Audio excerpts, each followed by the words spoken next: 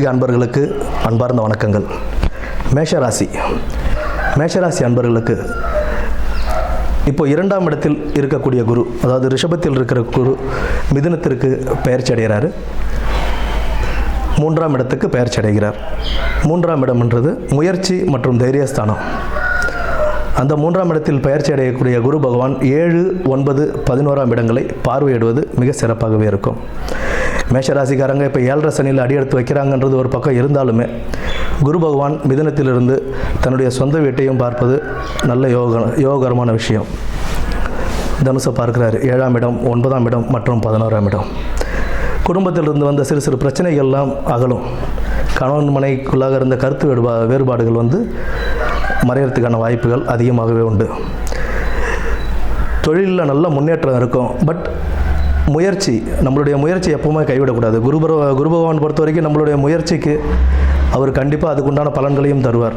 முயற்சி திருவினையாக்கும் சொல்கிற மாதிரி நம்மளுடைய முயற்சிகள் நல்லபடியாகவே திருப்திகரமாகவே இருந்தது அப்படின்னா கண்டிப்பாக அதுக்குண்டான பலன்கள் கிடைக்கும்.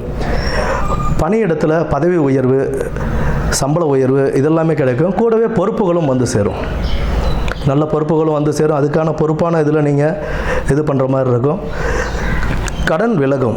இந்த டைமில் என்னென்னா நீங்கள் எந்த அளவுக்கு பணத்தை சேர்த்து வச்சு பொருளாதாரம் நல்லபடியாக இருக்கும். இந்த டைமில் நீங்கள் பணத்தை சேர்த்து வச்சு இருக்கிற கடன்கள் அடைக்கிறதும், வீடு வாகனம் போன்ற வசதிகள் அமைத்துக் கொள்வதிலும் நல்ல முன்னேற்றம், பொருளாதார முன்னேற்றம் இருக்கும்போதே அது எல்லாத்தையும் நம்ம சேர்த்து வச்சுக்கணும், சேவ் பண்ணி வச்சுக்கணும்.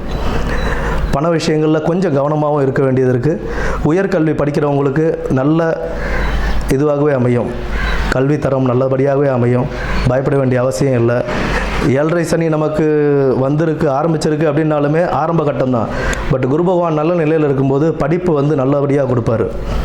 அதே போல் உயர்கல்வி யோகம் நிறைய பேருக்கு இருக்குது. வெளிநாட்டு வாய்ப்புகள், வெளிநாட்டுக்கு போகிறதுக்கு ட்ரை பண்ணவங்க இவங்க எல்லாருக்குமே நல்ல வாய்ப்புகள் வரும். நம்ம ஒரு வாய்ப்பு வரும்போது அதை அப்படியே அக்செப்ட் பண்ணக்கூடாது, கொஞ்சம் பார்த்துக்கணும். நம்ம எந்த அளவுக்கு நேர்மையாக அந்த வாய்ப்பை யூஸ் பண்ணிக்கிறோமோ அந்தளவுக்கு நமக்கு அது நல்ல பலன்களையே தரும். காசு கொடுத்து வெளிநாட்டுக்கு போகிறது, இல்லை சரியாக டாக்குமெண்ட் விசா கரெக்டாக ப்ராப்பராக செக் பண்ணாமல் நம்ம அங்கே போய் மாட்டிக்கிறது, அந்த மாதிரி சுச்சுவேஷன்லாம் இல்லாமல் எல்லா டாக்குமெண்ட்டும் ப்ராப்பராக இருக்கா என்ன எதுன்னு செக் பண்ணிவிட்டு அதுக்கப்புறம் அங்கே போகிறது நல்லது. அதே போல் வீடு வாகனங்கள் வாங்கும்போது அதுக்குண்டான டாக்குமெண்ட்ஸ், ப்ராப்பர்ட்டியோ டாக்குமெண்ட்ஸ் எல்லாத்தையுமே பர்ஃபெக்டாக செக் பண்ணிவிட்டு அதுக்கு தகுந்த மாதிரி வாங்குறது நல்ல பயனை தரும். திருமணம் கைகூடும். 7ஆம் இடத்தை பார்க்கறதுனால இத்தனை நாள் திருமணம் ஆகாமல் இருந்தவங்களுக்கு திருமணம் நல்லபடியாகவே கைகூடும்.